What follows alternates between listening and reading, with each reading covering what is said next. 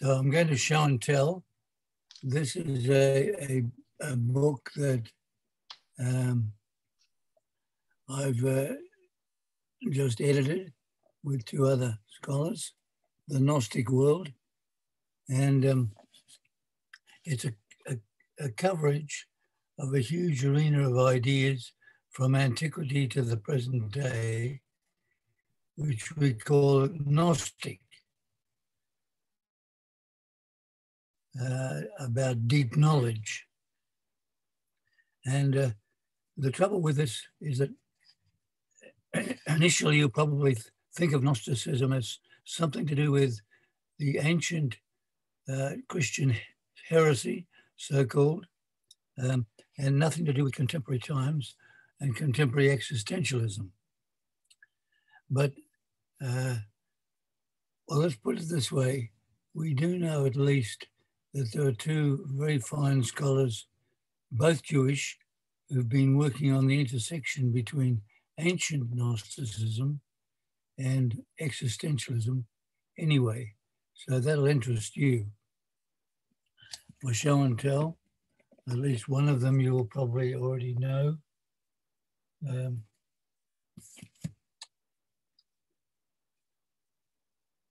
This is Hans Jonas, an American Jewish scholar who wrote the book, The Gnostic Religion. And the other one I can only tell you from the internet, and that is Shlomo Shohun from Israel, who's produced more recently a 2-volume work called An Existentialist Theory of the Human Spirit. And especially in volume 2, he discusses the contemporary significance of ancient Gnosticism for existentialist thought. So there you are.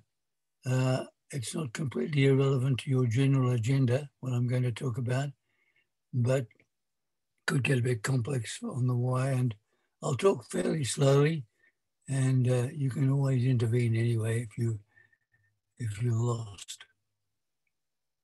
So during the 2nd, 3rd, and 4th centuries, in its heyday, Gnosticism, so-called, there's a debate about whether that's a good term for it, developed within the Christian ambiance in a way that often distinguished between the so-called bad God, judgmental God of the Old Testament, and the good God and good Jesus or Christ in the New.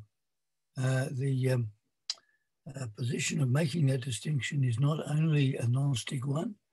There were other so-called heresies that made that distinction as well, especially the man called Marcion in the 2nd century AD, who decided that the God of the Old Testament created a bad world, the world that belongs to Old Testament events of violence and judgmentalism. And he must be distinguished from the God of the New Testament and the God of Jesus. And there are therefore two gods in his picturing of theology. So it's not as if the Gnostic position, which is akin to this or has variations related to this, it's not as if this is only a Gnostic issue, making that distinction. So when I was doing theology at Oxford, one of my special topics years ago as an undergraduate was to try and figure out all the differences of the Gnostic positions. And so I can assure you, and I do a show and tell of the work I was doing in preparation for the exams. This is just an enormous, I don't know whether you can see that it's so complicated. This is an enormous sphere for study. And the first part of the Gnostic World, that book I edited, will confirm that, because a lot of it is to do with the ancient positioning around the questions of, well, the true knowledge about who the divine is. Now, the Gnostic position is basically this, and it depends on a kind of myth, really, that the true God is completely hidden, but emanations derive from him that descend from the highest and unknown point in the universe, the beginning point, down to materiality or us on earth. And the last of these eonic powers, they're called eons, makes a mistake of kind of hubris, thinking too much about her or his own powers. It's usually a her, by the way, called Sophia. And she gives birth to the demiurge, the one who is going to create the mistake, which is our universe and all its problems.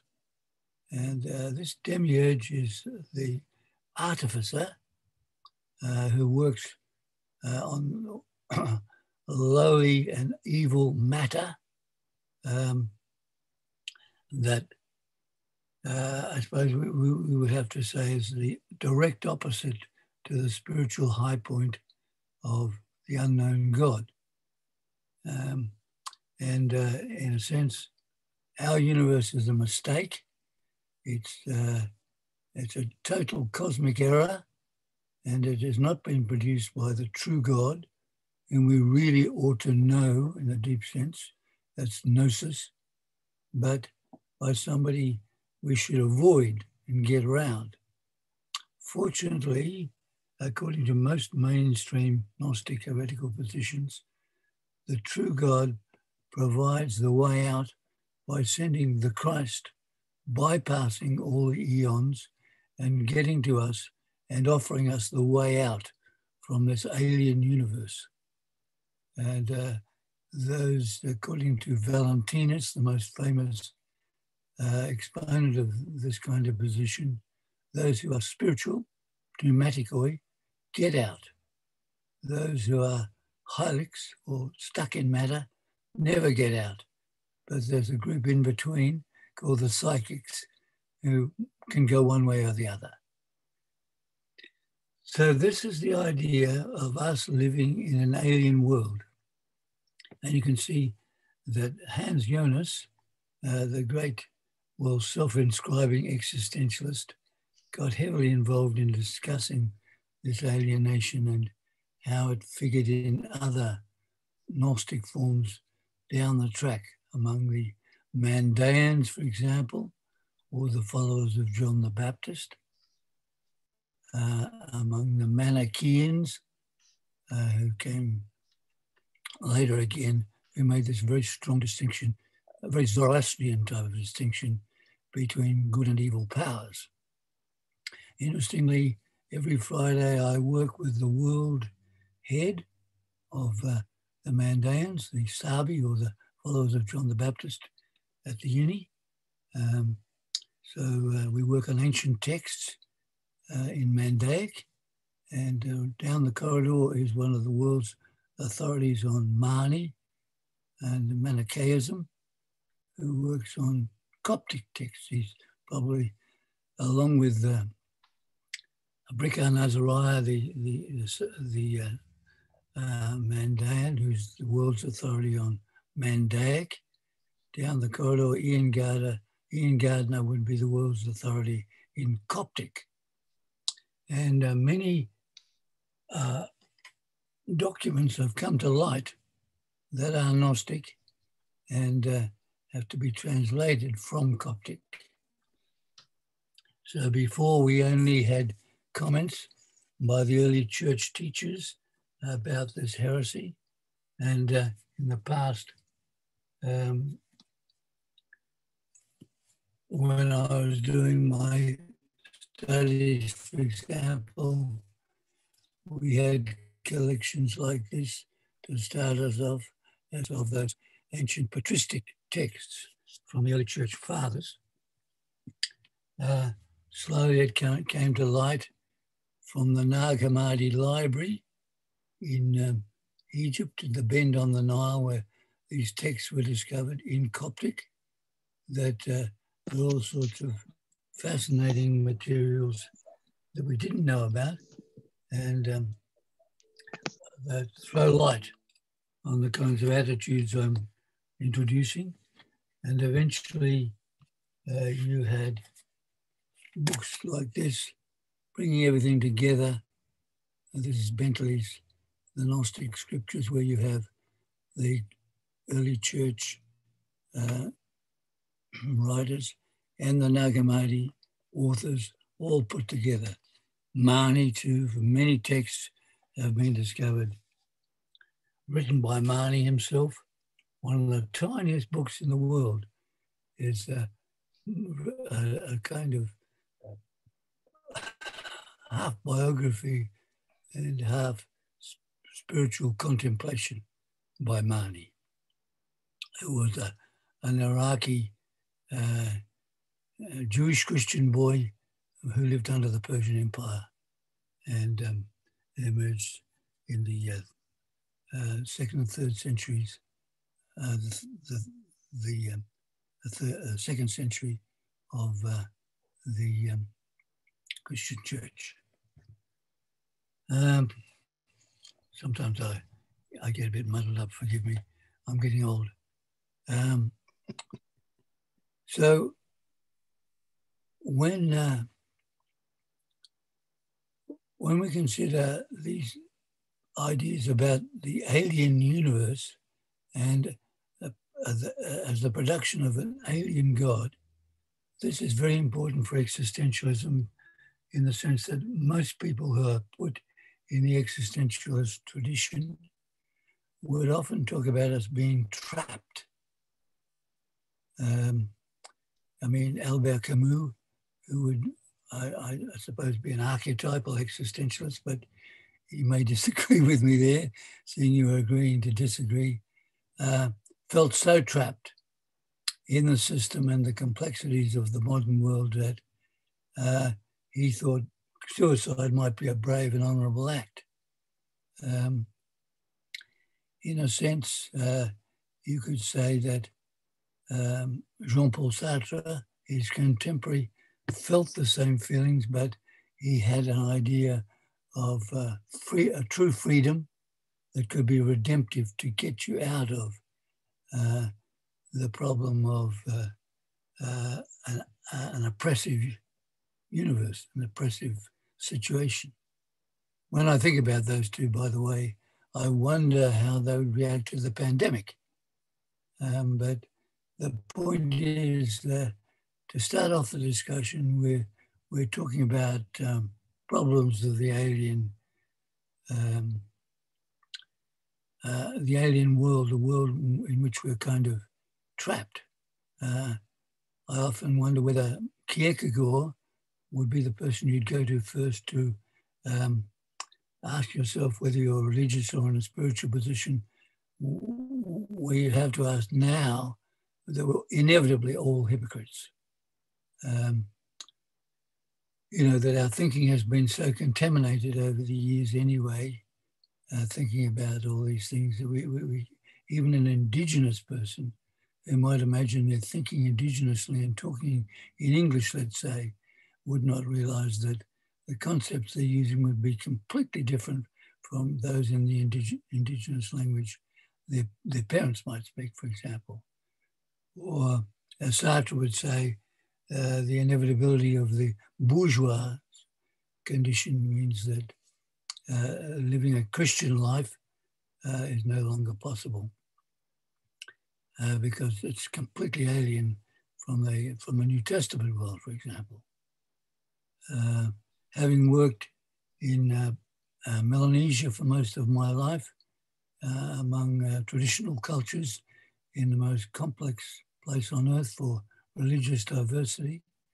Of course, I was thrust back into something like that New Testament world, which was full of spirits, somewhat parallel to the ancient Gnostic idea of being surrounded by a spirit world and being locked within it and needing redemption from it. But it's a changing world now. Even to step out of warrior culture into peaceful life, not be initiated for bringing home the finger of a victim in a cannibal raid, leads you into complete alienation from what you started off with in the traditional religion, and makes you a dislocated person.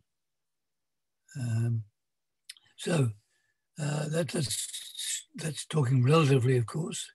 I have my absolute values, and we can talk about how to sort a lot of these things out in terms of love, peace, and truth, and so on, if they're worth anything existentially. But you can see that we're talking about big issues when we talk about this Gnostic thing, because it really means, is there a redemptive knowledge out of the traps?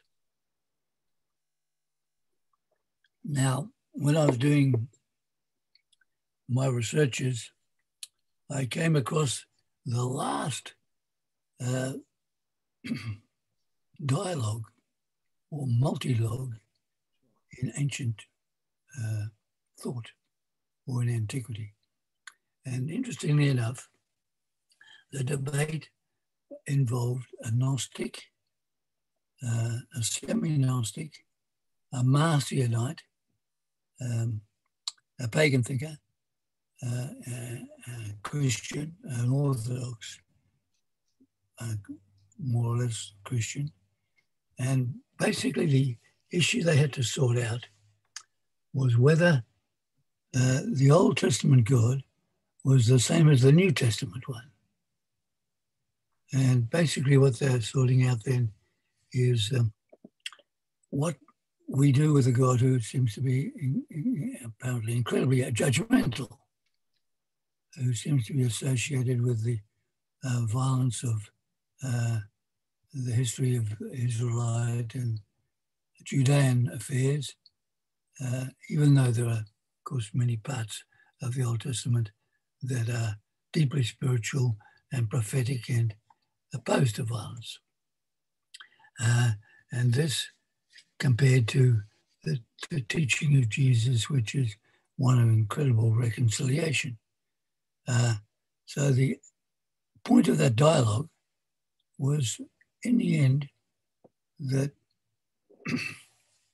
the Christian church accepts that the God of the old and of the new are the same. And this is a very anti-Gnostic position. And the way it's explained, of course, is not simple. To put it simply, you've got different alternative approaches, like you can read the Old Testament as a prefigurement of thought and insight towards the Christ, or you can see the necessity of understanding the Christ by all the historical developments that are shown in the history of this unique people who've taught us about the one God, who's different from the polytheists of most of the ancient world. And that you have to know that story and the development of ideas and insights from, like, the first rape of Dinah, for example, in the book of Genesis, or the murder by Cain over Abel, leading slowly through.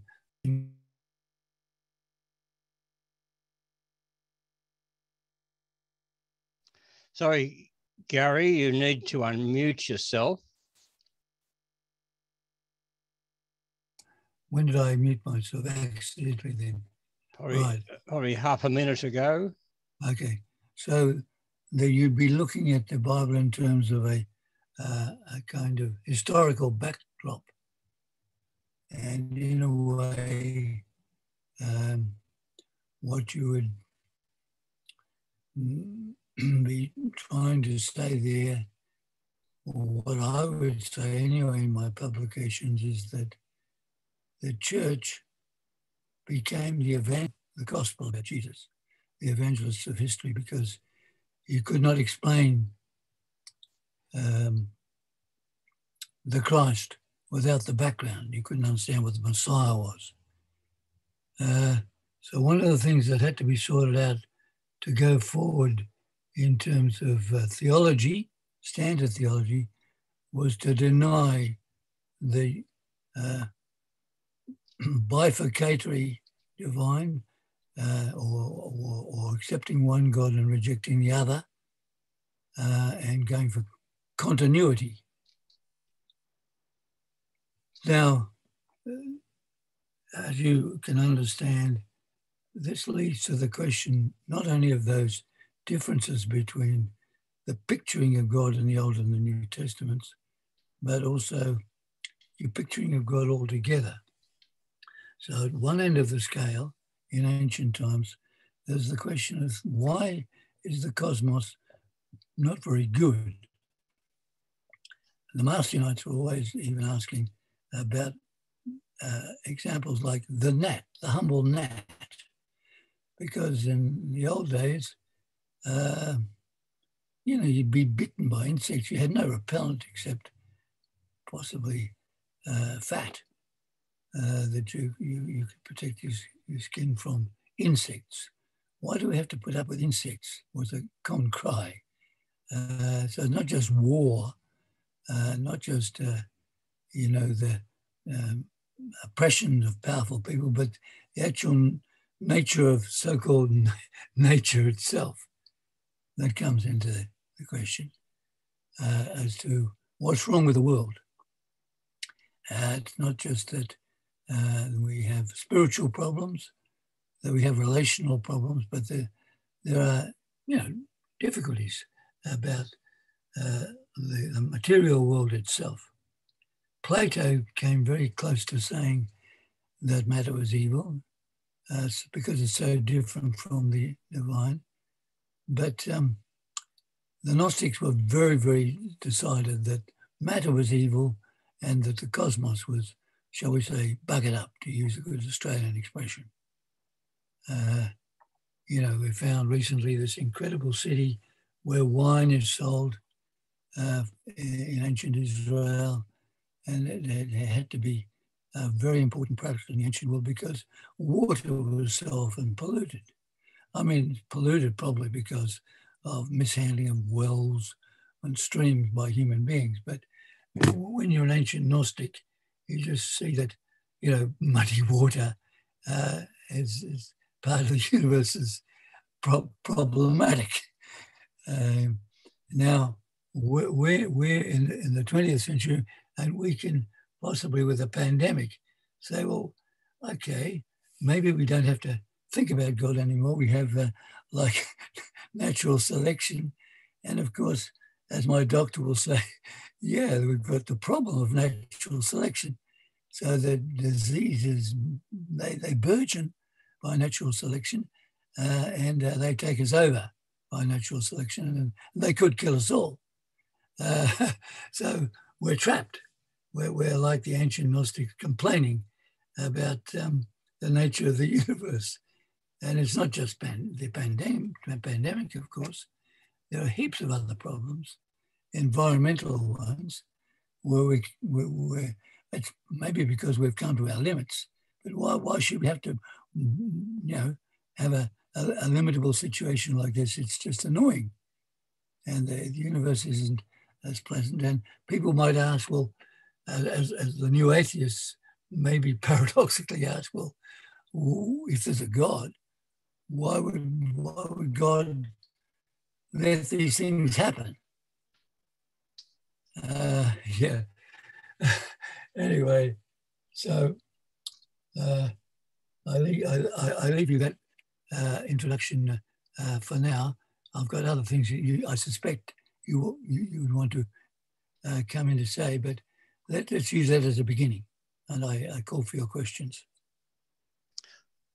Well, thank you, Garry. We've now